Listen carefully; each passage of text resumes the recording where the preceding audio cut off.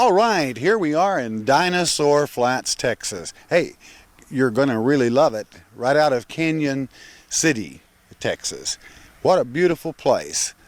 Lake, just all kinds of beautiful surroundings, but right here in the center of it, we have some fantastic things that I know you're going to be interested in dinosaur tracks and other fossils. But at this time it gives me great pleasure, and they're going to be our hosts throughout this documentary, is to introduce you to Kenneth and Helen Thayer. Say, it's so good of you all to invite us in and share what you have here and tell America about it. Well, glad to have you here. Glad to And so be I'm here. going to just hand you this microphone. Thank you very much. You're sure welcome. Well, I want to welcome you all here to Dinosaur Flats at Canyon Lake, Texas. The way this was actually found is we was retiring. We bought 10 acres here at Canyon Lake, put up our retirement home, and in the meantime, we had an 8-foot embankment at the back door.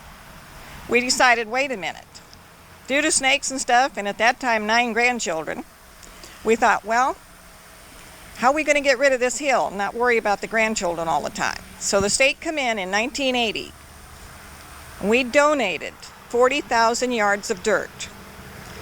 The agreement was when they got through, they were to leave us enough to plant at least grass on the backyard. They took it down clear to the rock bit ledges. In 1980, they finished in 81. In 1982, we decided to put a backyard in, tried to. There wasn't enough dirt. The only thing we could do is scrape the dirt off and try to take the top rough layers with all the chuck holes. The chuck holes that we destroyed were dinosaur tracks. So what we did is when we popped off the first layer, it took the sediment out of the second layer and showed more tracks. A young college student was here on June the 9th of 82 and they was playing frisbee. The frisbee landed on Big Blue behind the back door, which you'll see, and he picks up the frisbee and he says, hey, you got some kind of crazy tracks here. From then on, it took us a long time to finally get someone in here to verify it. Mr. and his sister would call all over, trying to get a university, museum, or somebody in to verify what we had. They all said, where are you located? What creek bed or riverbed? We said, we're not. We're up on the top side of a hill. They said, I'm sorry, you can't have them there. Everything that we have found, we were told we could not find at the news conferences they had here.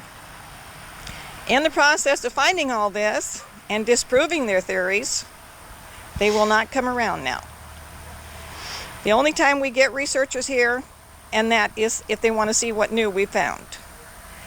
We do not dig anymore. We strictly let the schools, elementary and the middle schools, do the digging. They find their own fossils, they get to keep what they find, except the bones. We've had one animal uncovered, they claim wasn't an animal, but the pieces, you'll see. They took most of it away. Number 2 animal we have that you'll see out here laying down. We're still uncovering, we haven't even started. But we're just too old and too tired. We do not get funding.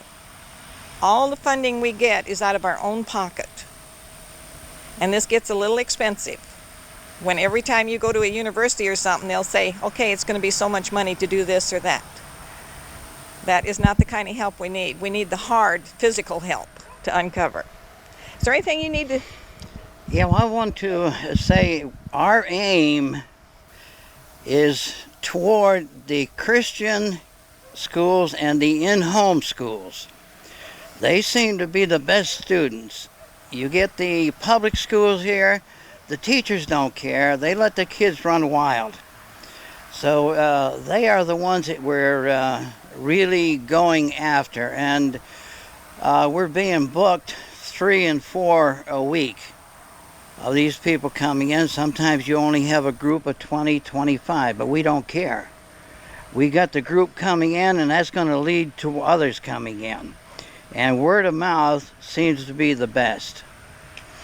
Now, another thing on the find of this site here If the state highway department engineers would have followed mandated procedures for the legislature, this would have been a Texas find, but they didn't do it. They just let it go to pot and said, the heck with it.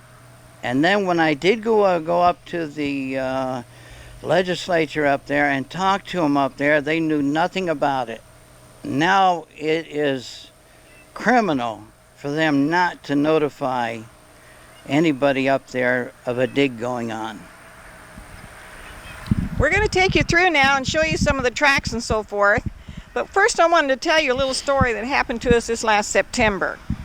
People think that this country doesn't have anything as far as this type of thing, as far as really historical. And why it's not being preserved and taken care of, we'd like to find out. We were driving through the state of New Mexico. We come around a bend and we seen the most big, beautiful snails you ever wanted to see in your life. There was 8 of them falling out of the side of the hill. Those snails were over 6 feet across. We have pictures of them. We was on our way to Vernon, Utah, to Dinosaur Monument. We went up there. Now they have known about us. They all seem to know about us. But we went up there and they have an information book on a desk there that you can look through. And it talks about dinosaur tracks and how important they are as far as studying them and finding out how they run, walk, and so forth. So much can be learned from it, which we have learned in 10 years. But in this book, it lists 3 areas where you can see dinosaur tracks. One of them is Glen Rose, Texas. And if I'm not mistaken, we've been up there quite a few times. If you're real lucky, you might see a dozen tracks, if you're real lucky. The other one is Tarpley. If you have to know what you're really looking at to see the tracks down there, and there's only about 2 that you can really recognize. The other one is Rocky Hill, Connecticut. And they do have the bird tracks, and they got a few hundred there. But those are the only 4 that are listed in that internal United States government book at Dinosaur Monument. Right now, sitting where we're sitting and where you're filming this, looking at these hills around you within a radius of 30 miles, we have identified ourselves with no education 34 locations with dinosaur tracks. Okay, if you want to, I'm going to let you follow me and we'll go out and see what these dinosaur tracks and stuff look like. How would you like that? All right. 3, 2. All right, here we're just going to start with the little old dinosaurs. They're not very little, actually. Right here we have 4 tracks going across, the blue ones. These tracks are in a straight line. The one thing you have to remember, these are 2-legged dinosaurs.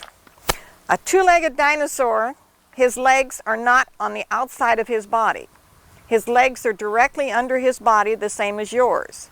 Because if you take a dinosaur that can step from here to here in a straight line, his legs have to be underneath his body. The only thing is, and we usually make the school children figure this out, he's pigeon-toed. And if you weighed about 4 tons, about 20-some feet tall, and you were walking along the edge of the ancient ocean, you would have to do something to counteract that weight. So the only thing you can do is swing your legs and act like a little duck. There's going to be one right here. This one is not uncovered yet. What we mean by uncovered, there is sediment inside the track. This one here is cracking now. So this whole section will come out. The reason we know, if you listen, they're hollow. They have an air pocket between the sediment and the actual track. His next one is not uncovered. This one here is uncovered. It still has a little sediment in the bottom. This was uncovered in 1983 by the University of Houston student who was doing his thesis. We've never seen that thesis. I wonder why. Dinosaurs you've always been told that they drug their tails. Do little lizards? No, they don't. When they start moving, they raise their tail up in the air. So they're like a kangaroo. When they stop, they put their tail down. This right here is a large tail mark. It is not uncovered yet. We have not taken the sediment out. There's a reason we don't. To find out how big it's going to be before we uncover it, we've got to take more of this hill off. So every time we uncover one thing, we have to keep going to uncover the next. All the little tracks that you see, all these imprints, and I'm hoping your camera is picking them up, all these little indentations are more tracks, but they're not uncovered yet. We have to wait for the weather to crack them for us. When the weather cracks them, this sediment will come out. When it does, it looks like this. This one here can be taken out now if Mr. wanted to. But we leave it, he put glue around it so it couldn't get water under it. Your water acts as a hydraulic jack and forces the sediment layer up. So we try to preserve as many as we can, just natural, for the students so they can see the real thing. His next track is under the hill, so you know what we have to do. You know we have to get rid of some more dirt. The ledge that we're walking on right now goes 400 feet this way. It goes 1,800 feet underneath this mountain. It's been verified clean around now and comes out on the other side of the hill with Dinosaur Tracks. That is just one layer. If the one layer was uncovered, they would be in excess of over 50,000 tracks just on one layer. The little guy walking across here, they kept trying to tell us that we could not find little tracks due to their body weight. We have almost as many little ones as we do big ones now. The smallest one is so small, you really have to know what you're looking at, but it's there and it's pretty deep. This is his left, his right, his left, and his right. You don't see any more. But his next one should be right here.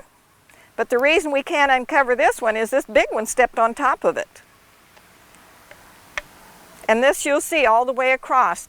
You'll see one dinosaur stepping on top of another one. They was probably having a meeting here. The next one is going to be right here. And it starts cracking. Remember I showed you a minute ago about it being hollow? It's still hollow. How about another little tail? There's your tail mark. Here's another little one right here. So as far as the tail marks, there has been very few that we have found. We've been real lucky though with what we have found. We'll move on down here for a minute. Okay. The little green one we got going across here, this one here is cracked now. And like I told you, when it cracks, then we can take it out. This is the piece we want. We don't care about the track when this is taken out. Because this piece here, when we can get that out in one piece, then we have the original casting of the bottom of his foot. And we can make all the tracks we want to then. But what we want is the actual negative and the positive, and that's what we're getting. This is normal stride. From here to here, I'm going to step it so you can see. That's normal stride for a dinosaur this size walking. But now I'm going to step to the next one. Now look how close it is. He's like you. When he stops or slows up, he leaves a smaller trackway. This is his track right here. This is the sediment layer that come in. You should be able to see there's a crack underneath. So when it cracks, then we can lift this out. But what you want to remember is this rock that we're walking on is along the edge of the ancient Gulf of Mexico that went through the United States. This particular rock was washed in by the ocean like a storm, layer after layer. Each layer as it come in did not dry slow, because if it had, there would be mud cracks. It had to be baked fast. The only thing that can bake it fast like that and preserve these tracks this well would be volcanic ash.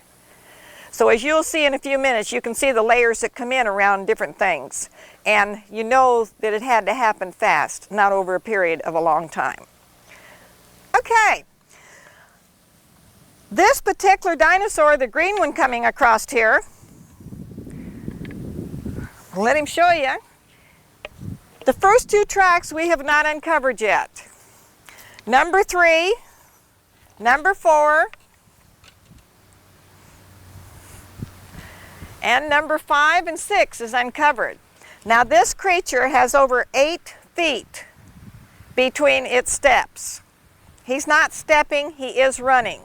One of the questions I like to shoot at the children about this time, and they're getting wise to me, is if you're a dinosaur and you have an 8-foot spread, to have an 8-foot spread, you would have to have at least a 9-foot hip joint. If you've got a 9-foot hip joint, that's less than half of your body where your hip hits.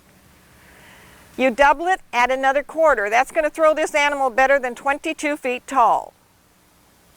So if you're running and you're that big, why in the world would you run if you're that big? Would you run after a bigger one? Would you run from after a little one or from a big one? Or maybe to something? Let's find out. This little creature, there's no other tracks coming with him. So we know he's not running from one or after one. He's running to something. And what he's running to is a fight scene. If you have two big ones fighting, you know one's going to get killed. And when he gets killed, he's got to be somewhere. So when this one died, he fell down. And when he fell down, he left his own imprint. Right now, he's about 54 feet long. We still have the walkway to take out and take all the sandstone out. The dark dirt at the far end is what he's taken out. Mr. Thayer has uncovered it completely. Researchers like to come here and watch every year. Some of them come back every year. And they'll say, when are you going to finish it? We'll say there's plenty of picks and shovels around if you want to help. But they haven't done it so far. This particular animal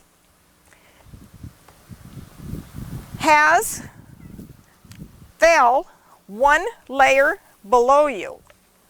He fell on this layer here. This layer that we're walking on has come in after this animal fell. It's not rounded or smooth. So we know that this layer came in after the animal fell. Also, when we were cleaning this, we took the top layer off. So there was another layer on here. Things always happen in a strange way. We were uncovering and we seen this rounding part and we thought it was a big heel section. We seen the end of the nose and we thought it was another heel section. So we started cleaning the mud out. We got down to the neck. We was going to fill it with cement because we used to come up here and park the cars and get stuck every time it rained. So in the process, a young gentleman from Washington, D.C., who was a sculptor, was here. He was standing up on the hill watching us. And he looked down and he says, "What are you doing?" We said, "We're going to clean this hole out and fill it with cement so we'll quit getting stuck in it with the cars." He says, "That's not a hole." He says, "That's a dinosaur head." From then, we just kept digging and more of it appeared. I don't know if you can see it or not, but underneath the corner of the building, which this used to be our house, now it's schoolrooms. Underneath the house, the tail and the back meets, but there's still going to be about 3 feet of the actual imprint of the body under the corner of the house. We have researchers that come here waiting for us to get finished with it. I should say waiting for Mr. to get finished. And they'll say, "When are you going to start tearing the house down?" Our reply to them is, "You buy it today, we'll help you tomorrow." To find out the animals that killed this one, this green one I showed you is only coming in to actually eat. He's coming in for scraps. To find the two that fought and the one that killed him, we have to take this top layer off. So when we take it off, we find something like this. This is not a complete track yet. There's a toe, toe, and toe. He has an instep on your foot just like you do.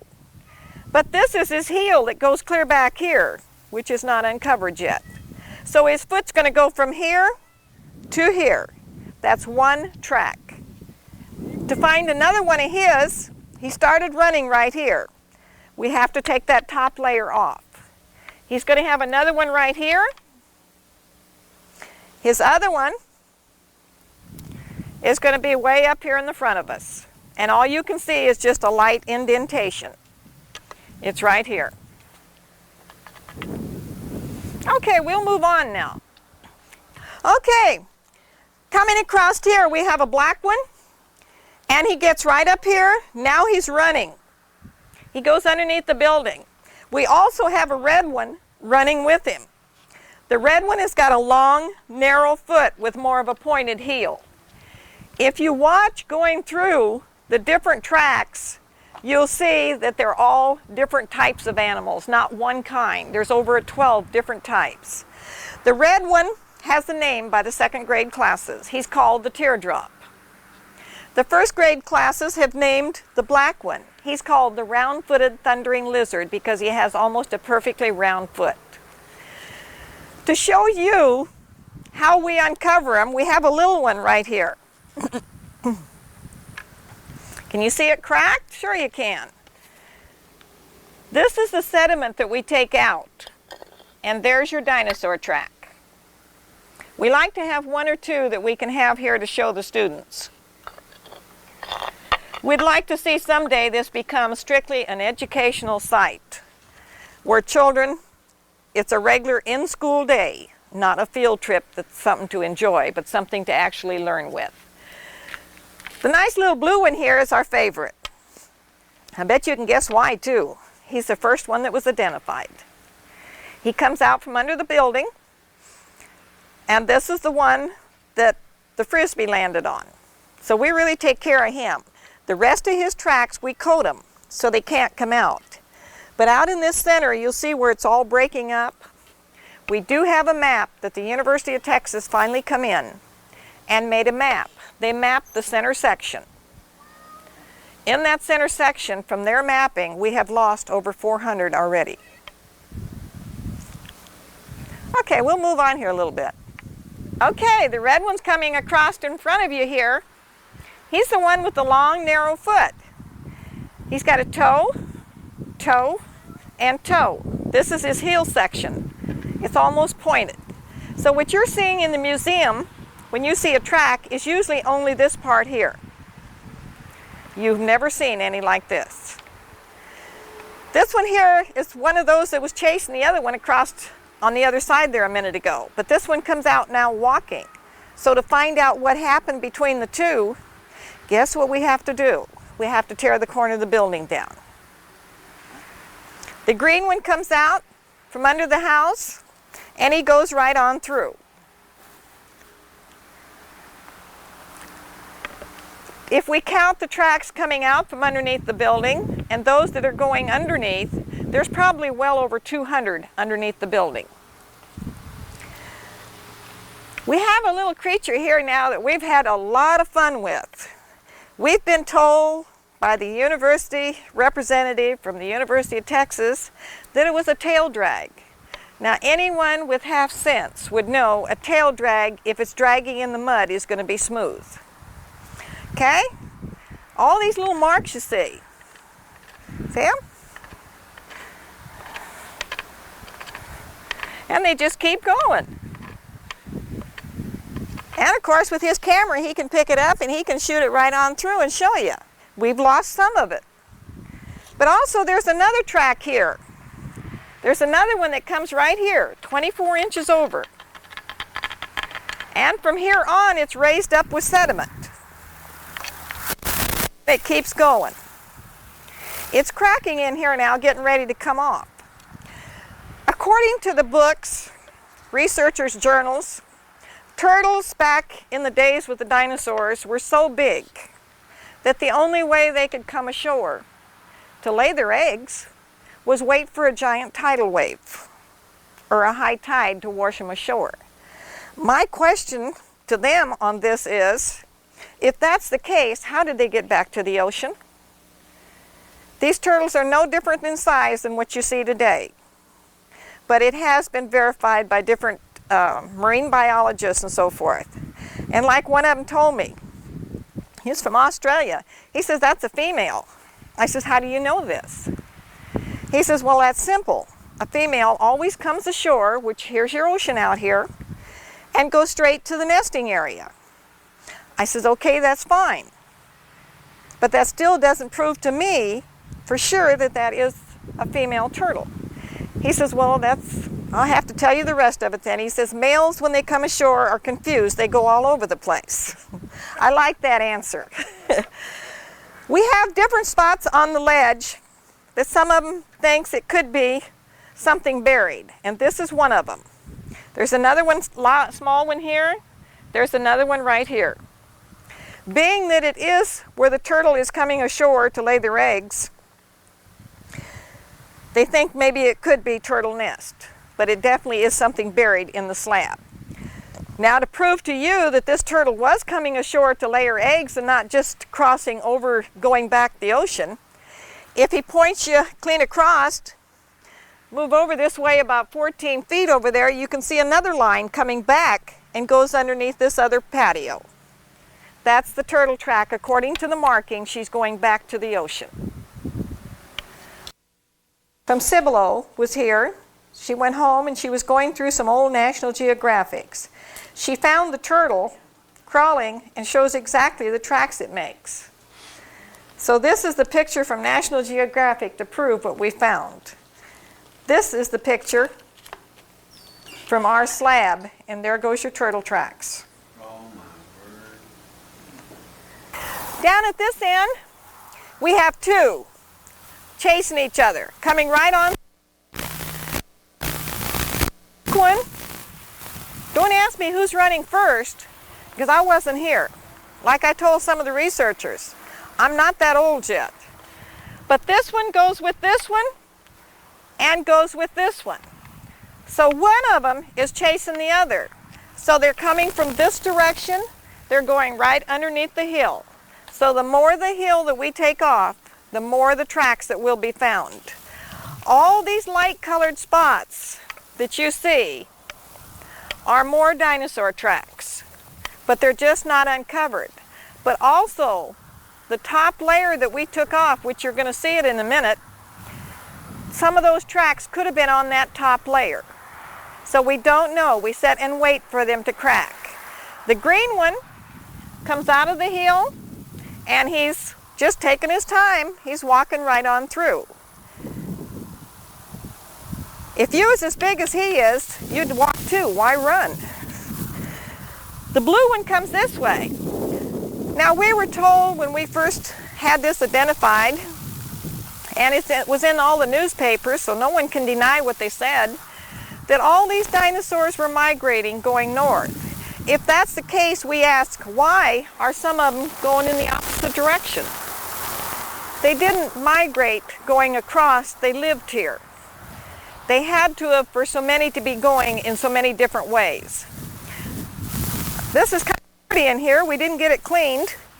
But now I'm going to walk up now on the top layers. This is one of the layers that's right underneath the very top one. So here we have the red one coming out of the hill, and he goes right straight on through. You can see where he goes. The big one out here in the center, the yellow one, there's quite a little story with him. This little red one first come walking through this way. But to find any more of the tracks, we would have to take the top. Then come the big one. Now to catch all his tracks, now this stick is, what would you say, about 4.5 feet? I'm going to lay it down here. Now I'm going to step the rest of the way. Here's his next track. It's not uncovered yet. So now look at that. So he's got about a 9 to a 10-foot spread. Can you imagine how big a dinosaur would be to be able to run like that? And here's his next two. This one is not uncovered yet. But now let's see what happens. He's standing here, or running here, but he sure must have seen something awful good because there's his next track. He's stopping right here. You have another little one walking this direction. Now we're going to pick up a little green one. He's stepping here. He got stepped on here. He got stepped on here. He got stepped on here again. And now we're going to find him again. He's right here, here, here, here. But now what happened? We have one that's cut in half. For you to be able to realize how hard limestone can get, limestone will turn to marble under severe heat and pressure. We can understand the heat from volcanoes. We can understand the pressure, the ocean coming in, laying down tons of dirt on top of it. But what we can't understand is why researchers doesn't like to share information.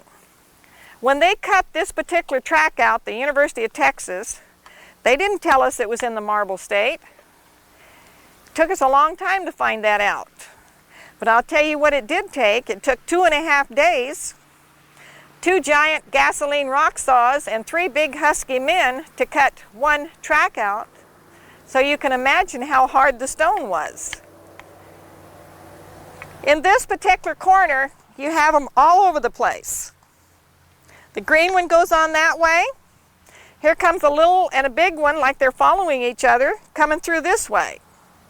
So like we said, if we want to follow one of these, all we have to do is just keep digging. Like one of them asked us one day, why don't you tunnel through the mountain? We told him he'd pay for it, we'll gladly do it. He wouldn't do that for some reason. But we know behind this fence is the next door neighbor's property. I'm going to let him go up the hill a little bit if he wants to prove it to you. Because on the other side here, he has cleaned his half of the hill, or his little bit part of it, he's got about 30 foot, and followed the ledge clear around. When he did, yes, there's dinosaur tracks all the way. Then we followed it from there clear around to the backside of the hill. So this particular layer, we know positively, no matter how much we dig back, we're going to have more dinosaur tracks. One thing I did forget, and it's one of our good teaching tools. When the university cut this out, they had to destroy this one. They had to destroy this one to get one track out. The track that they cut out goes with this one here, and it goes underneath the hill. But to verify tracks are authentic, what they do is they cut one out, they take it up to the university, they cut it in half. When they cut it in half, they can see the compression pushing the mud down underneath the weight of that animal. We don't have to do that anymore because where they cut this one, we can see the imprint where he pushed the mud down. On this one here, it took and sealed the next 2 layers with the weight of his body. And that's how you verify that they are true. Okay, now we're down about 15, 20 feet below the first layer that you've seen. Also down here is more tracks on different layers. But the one we're standing on now is a coral reef. And you'll see actually some of the coral in the rock. But down here is where the big boys are. This is one big track. When these animals were walking here, can you imagine if this is a coral reef? It's along the edge of the ancient ocean. Yet this animal only left this kind of impression, and this animal probably weighed anywhere from 70 to 100 tons. And yet that's all the impression he left. So can you imagine how hard the rock was already? These particular layers down here, each layer is separate, just like you see. When this animal walked through, he's going on through here. But I didn't know that dinosaurs would live in salt water. It goes to show you. But this particular track, this is the end of his foot, where his toes push the mud. From here to right here is all we've lost on this track, being on the side of the hill. So only at the end of the toes have we lost. We wrote to one of the leading researchers that is supposed to have found the largest backbone and asked him, sent him a picture and the measurements, and asked him if he has any idea if this track could possibly go with that type of animal that he had found. We never received an answer. This is what happens every time we write to one of them. No matter who it is, and I can name you about a dozen right off the top of my head that we have wrote to and never received one answer. We've even invited, and so has some of the news media, a few of them, and they still will not come. But getting back to the dinosaurs, for you to be down this low, according to their estimation, you're standing on the Jurassic. Now, what in the world is the Jurassic doing on the side of our hill? The top layer you walked on was Cretaceous. But I have a surprise for you.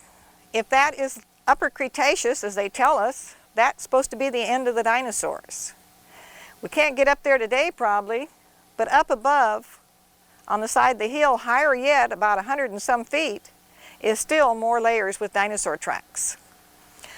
The big boys, as I said, walking through here, if you look over here a little further, you'll see some more painted red. Those are also part of the big boys.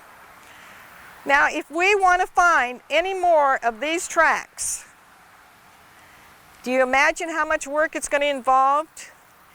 Because right here, where they're setting, there's about 2.5 feet of rock. All that has to come off, and we have to go back at least 40 feet to find 4 of his tracks. At least 40 feet. So you see, it would be quite a construction job. But what are you going to do when you take off those layers? What in the world would you do with all the tracks that's on those layers? Throw them away? There's no way to preserve them. You'd have to break them up. And that we won't do. So we just leave it like it is now. Looking over here to my left, there's another big track. We haven't decided which way he's going yet because it looks like 2 tracks. But if it looks like 2 tracks, we want to know, why isn't there 2 more tracks? Whenever you have something like this, you have to start theorizing. And we don't like to do that. We like the researchers to do that. There's part of it, and there's the other part. We've lost most of it. Now what we can't decide, is this the toe section, or is that part of a split heel? But we know it's 1 track because the mud coming down the center, if this animal had stepped first, then this animal stepped, the mud should be pushed this way more. But the mud is coming straight through. All the tracks, including the first big one I showed you, all have what they call an expansion joint. And that's so their foot can turn and twist. So that's probably what that's from, but we're going to have to go back and find another one. On the top layer up here, there's also more tracks. This particular top layer, which is about a foot thick, 1.5 feet, is the only layer that we've found so far that has worm marks. That's due to the fact the mud had to stay muddier and give the worms time to work through it, trying to get to more moisture before it hardened. So it's the only one we have, but yet it still has dinosaur tracks. They're not as clear as those up on top, but they're still tracks. When it rains and all these low spots fill with water, then we can really see them. Right here is a piece of screen wire. But inside that screen wire and down in that hole is a giant conch shell. But what you're looking at is a giant conch shell, and you can see the spirals. He's 42 inches deep, and he still has more dirt in him because there isn't any tools that we have that we can reach any further. When it's cleaned out and we look back inside of it, we can see the foot plate way back in here. So can you imagine 42 inches deep, how big that conch shell would be? Okay, all these little lines you see, going right on through. There's all kinds of them. Those have been identified as tail marks. Sometimes it's real smooth, and also sometimes you can see the hide marks by lines coming across. Those that show us the hide marks, they lay them down like this one here. Then he had to pick it up a little bit, and then it just barely hit. Here, here, and here, and now it's gone. So as they was coming through, they'd lay them down, then pick them up, and going wherever they were going would just barely hit the mud, and still not dragging them. This one over here is one of my favorites because it shows you one laid here, then he laid it down here, but also you can see the hide marks, and when he pulls it, you can see lines going with the way he's moving. Here's a dinosaur track. There's one here. There's one here. But also we have other tracks here. There's one here not uncovered yet. But here, there's one here, and one here. They've been identified as cat tracks. In our showcase, in our building, we have a cat's claw a professor has found. He's found 3 of them to be exact, where he looks. They're not a small cat either, they're pretty good size. Looking down below further, there's another layer and there's more tracks, big ones and 3-toes. There's a good 3-toed, there's a big one here, there's another good 3-toed here. But the one thing I want to show you, this road that you see cars going by is a major fault. When this fault happened and all this fell off, it made it go straight down because all the rocks right here are going almost straight down. All this that you see right here is what we call garbage. This particular garbage was rebuilt after the fault happened. The tail marks had to happen approximately at the same time because this had to be still a little wet to make these tail marks. But also, if you notice, there's also tail marks down here that coincides with them. So it had to have been all happening at the same time. The hills behind me that you see when this was being formed was not there. Those were raised when the faults and everything was happening. The date that has been put on it, they claim is millions and millions and millions of years. But like I say, who was here to prove it? Who can prove by a rock how old it actually is? We have been told that these rocks cannot be duplicated. And as you're going to see in a minute, it cannot be duplicated. We've moved on over further, and the layer I'm standing on now is actually one layer higher than what we was on just a few minutes ago. Also, there's still more big tracks, but they're not as clear because, like I said, you're still walking on part of the coral reef. Right here in front of the little yellow dinosaur is a perfect bear paw. You have the main paw, toe, toe, toe, and toe. It's kind of hard to see, but coming up from it, because you got to stop and realize a cat can pull its claws in. A bear cannot. So anytime you find bear tracks, you have to find the claws. So going out about an inch, inch and a half from him, there's little bitty holes that you can see was filled with sediment. The first gentleman to find that was not a researcher, it was a gentleman from Canada. And he was a 40-year state licensed hunter. And I was really shocked when he brought us down here and showed it to us. We didn't quite believe him, so we went to the place in San Antonio that has a big bear standing up, and we looked for ourselves, and then we finally realized. It's a lot of things that we cannot accept what has been told to us. So we try to go out and find the answers.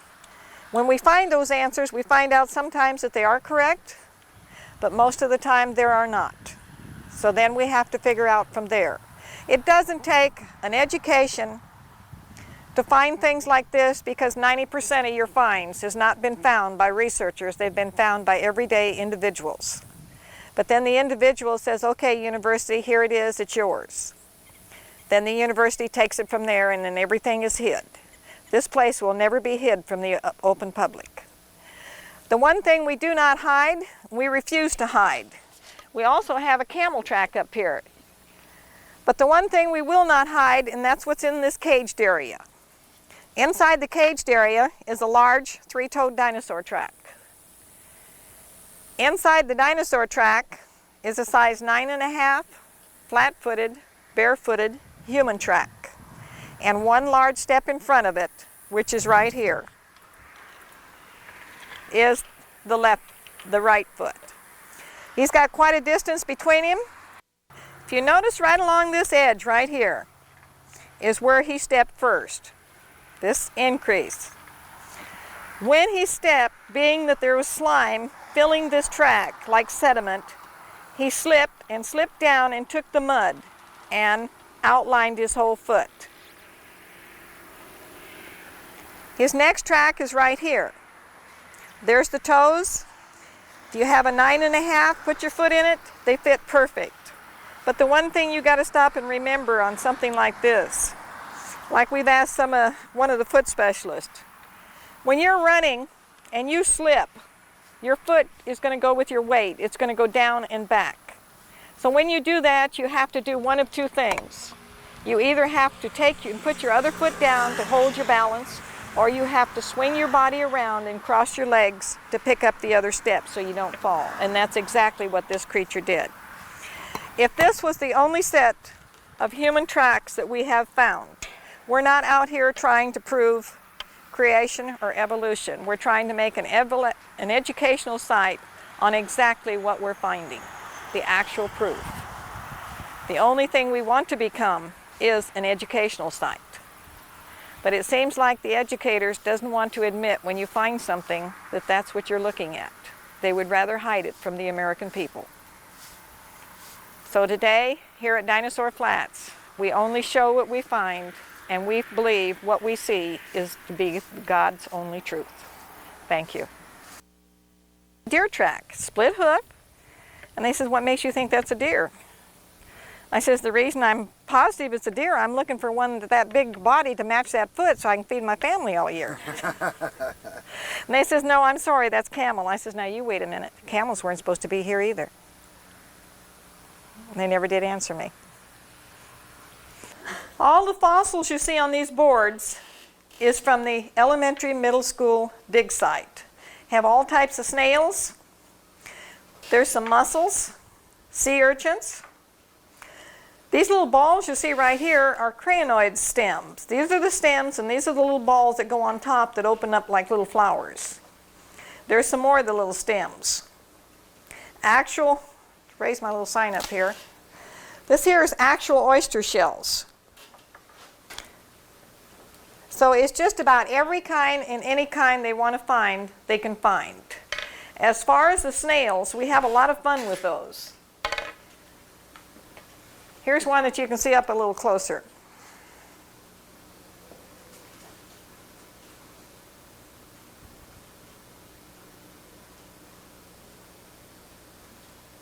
Okay. Some of the clams are all different types. This is what they call the Texas heart.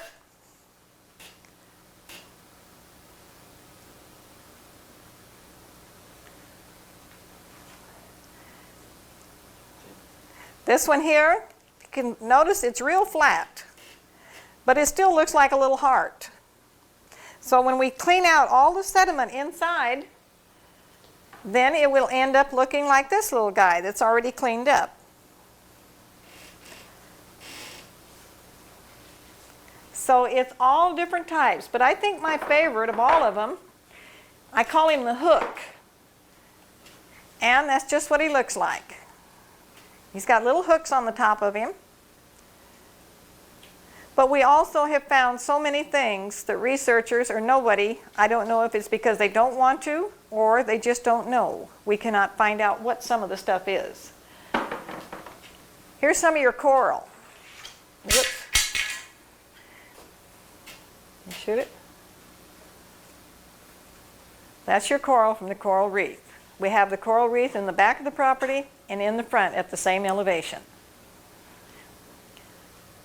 Other types of fossils, there's just all kinds and everything there is. I'm going to show you some of the bones now off the first animal that was uncovered. This is the one they took away. That's a piece of vertebrae. When it was first identified, the reporters asked, the news media asked, if bones could be found, being that we had so many animals. They told them definitely not. Impossible, improbable, quote unquote. The news media says why? They said because dinosaurs didn't die where they lived. They all went to Colorado, Red China, or Canada, where they find all the bones. So when we start finding bones, nobody would come back and help us uncover any of it. This is a piece of rib I'm holding right now. If you think this is big, I'm going to have that young man right there turn behind him and pick up that big one that's on that stand there. It's heavy.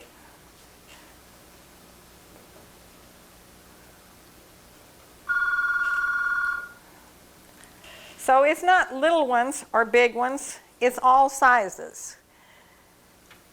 The smallest track, which is hard for anybody to film, but this is a casting from it. That's the smallest track we found so far.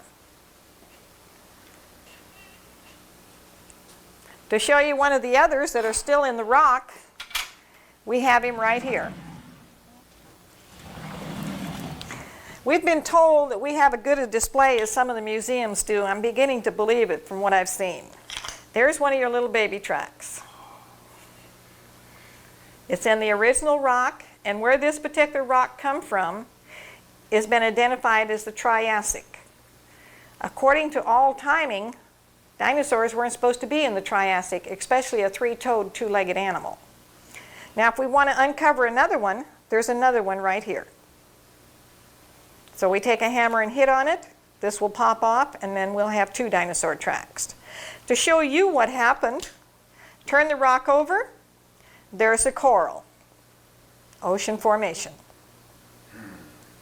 You have real thin layers building up, like silt floating down through the water. Then there was a storm and brought one big layer in. The water receded, the mud dried before the animals walked through.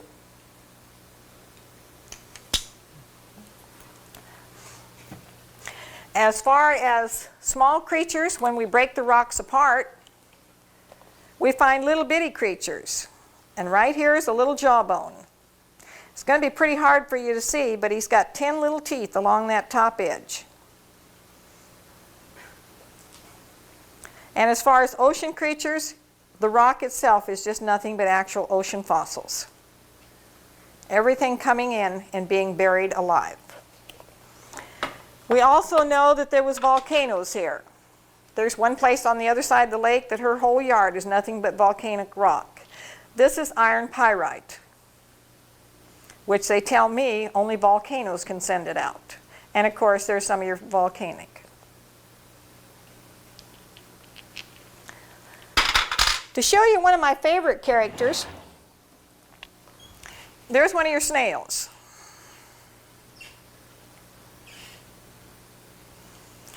Now, by all rights, he should have what we call a foot plate coming across, but he's lost it. Being that he lost it, we was able to get his mouth out. There's his mouth. We love this kind of teaching for the students, because when I ask a student where the mouth is, most of them even say here. I've even had seniors say, it's right there.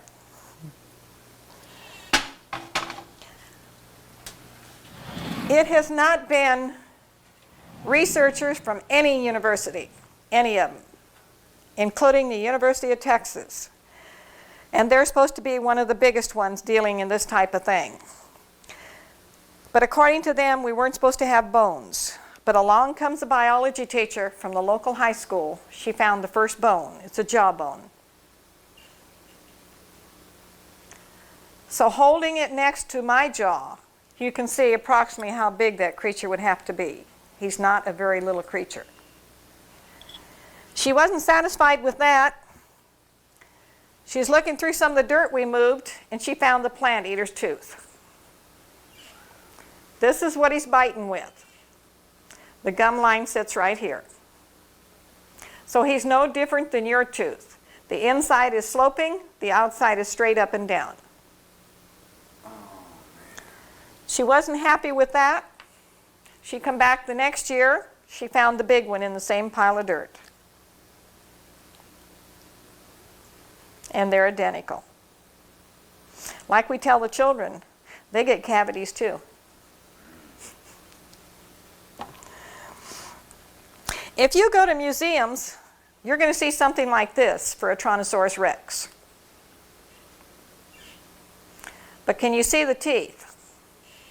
The teeth are going straight up and down.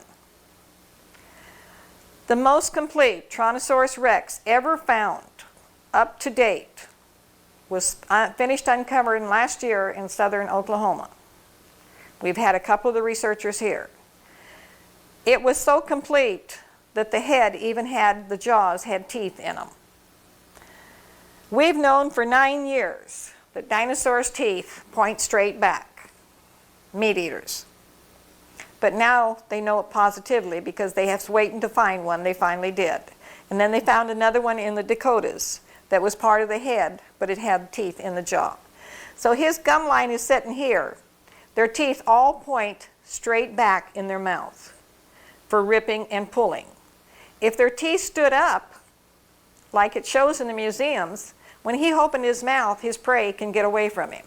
So by his teeth pointed backwards, then he can grip on them, and they can't get away from him. Well, what a day it's been with Helen and Kenneth here at Dinosaur Flats. I know if you're through this way, you're going to feel as welcome and excited as we have been. And I want to say, Kenneth, thank you so very much, and I appreciate you all's efforts. Thank you for coming. Well, Thank you very much. it's been obvious how much work you all have done here, and when people want to preserve our historical heritage, certainly you two have put it more than to words. You've put the back into it, and we just appreciate you so very much for that. You're going to be showing the address here, and if any of you wish to help them with donations, well, feel free to do so. And then don't forget to stop by. Millions of years ago, the dinosaurs walked here in Dinosaur Valley. And you know something? You have been there.